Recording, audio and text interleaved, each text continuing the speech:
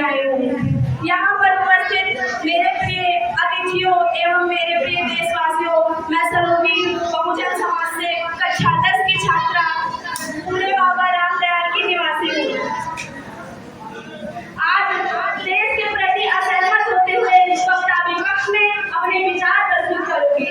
महोदय, दर्द हंसी तब गुजरने लगता है जब मेरी आंखों के सामने ताज, पुलवामा, छत्तीसगढ़ में शहीद हुए जवानों की शत विशत अंजलि शरीर के टुकड़े, रेत के ऊपर जाती लाशों के ढेर और कश्मीर में खून से सनी लाल रंग की सड़कों पर दृश्य सामने आते हैं। उस पर मेरे प्रतिपक्षी महोदय का कहना है कि मानवाधिकार की अनुपालना करते हुए देश से उग्रवाद आतंकवाद को समाप्त किया जा सकता है।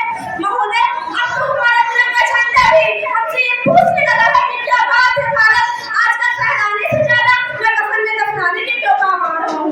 महोदय, कितना तो उससे हट गया जब पूरी माँ अपने बेटे के चित्रों को देख करके बोली कि साहब, आप तो धरती में ही कैसे में दम नहीं लेते, मैं अपना शरीर, मैं आधा शरीर कैसे ले लूं। महोदय, इन मानवाधिकारों के कारण इन आतंकवादियों की आत्माओं की नाखुशी रहती है और हमारे शहीद हुए जवान की वेदना चीख चीख करके कहती है कि प्यार भी भरपूर गया, मांग का सिंदूर गया, नन्हे ननिहालों की रंगोलियां चली गई, छोटे छोटे बेटियों की चोटियां चली गई और आपके दिल का आदमी मरा है साहब, मेरे घर की तो रोटियां ही चली गई।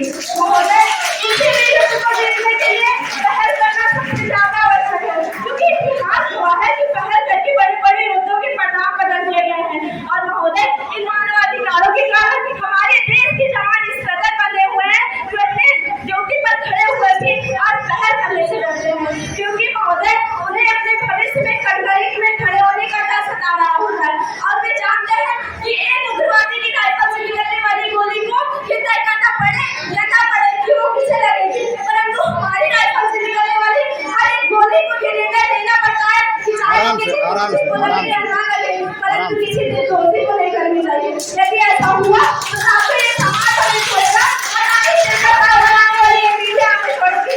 और महोदय, मानवाधिकार के खड़े होकर किसी जवान को युद्ध के मैदान में छोड़ देना कोई वीरता नहीं, एक आत्महत्या है, क्योंकि महोदय फूल को स्वीकार दो ये मुमकिन नहीं और एक वीर को झंकार दो ये मुमकिन नहीं। जो हाथ बांधे सेना के ऐसे मानवाधिकार का पालन संभव नहीं। महोदय, आज सत्य के मार्ग पर चलते हुए भी हमारे देश का जवान इन आतंकवादियों और इस पत्थरबाजों से लड़ता है, फिर वो जानता है कि उसकी राइफल से निकलने वाली गोली अगर टारगेट को यूज नहीं भी करेगी तब भी वो 400 मीटर तक जाएगी। यदि इस बीच किसी निर्दोष को लग गई तो महोदय हमें अपनी नौकरी से हाथ तक धोना पड़ सकता है।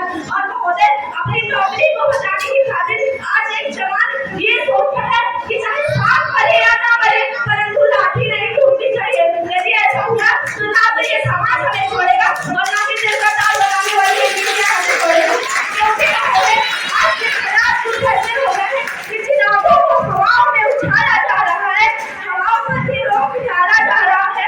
अरे उन्हीं तो बुनियाद है आर्थिक सुरक्षा की और आज हमें ही नौकरी से निकाला जा रहा है। महोदय, आज शिक्षा के मार्ग से चलते हुए भी हमारे देश का नाम इन आतंकवादियों और पत्थरबाजों से करता है। आराम से महोदय, हमारे देश के हालात कुछ ऐसे हो गए हैं कि चिरागों को हवाओं में उछाला जा रहा है, हवाओं पर भी रोक डाला जा रहा है। अरे हमें तो बुनियाद है आर्थिक सुरक्षा की और आज हमें ही नौकरी से निकाला जा रहा है।